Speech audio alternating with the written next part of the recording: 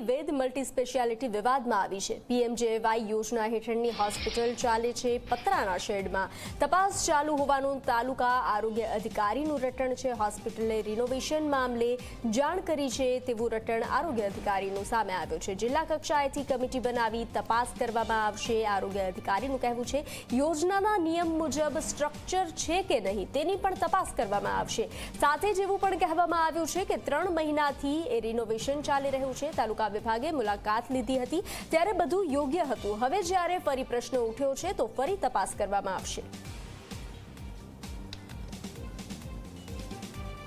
હવે વસ્તુ એવી છે કે અમને ટેમ્પરરી આપણે ગાંધીનગર પણ ઇન્ફોર્મ કરેલું છે કે અમારે રિનોવેશન ચાલે છે અને દર્દીઓને તકલીફ ના પડે, આપણા જિલ્લામાંથી બીજે જવું ના પડે એટલા માટે આપણે ટેમ્પરરી આ સ્ટ્રક્ચર જે છે એ બનાવેલું છે। એ 6 મહિનાથી કામકાજ ચાલુ છે અને હમણાં તમે જોઈ રહ્યા છો નવું સ્ટ્રક્ચર છે એ ઘણું પરમિશન સાથે, ગ્રામ પંચાયતની પરમિશન સાથે, અમારી જોડે પરમિશન પણ છે, તમને પણ બતાવીશ, ફાયર પણ છે સાથે। અમે આ હોસ્પિટલ બની રહી છે એટલે ટેમ્પરરી 3 થી 6 મહિનાનું આ કામકાજ હતું, એમાં આ વિવાદ આ લોકોએ સર્જી કાઢ્યો છે।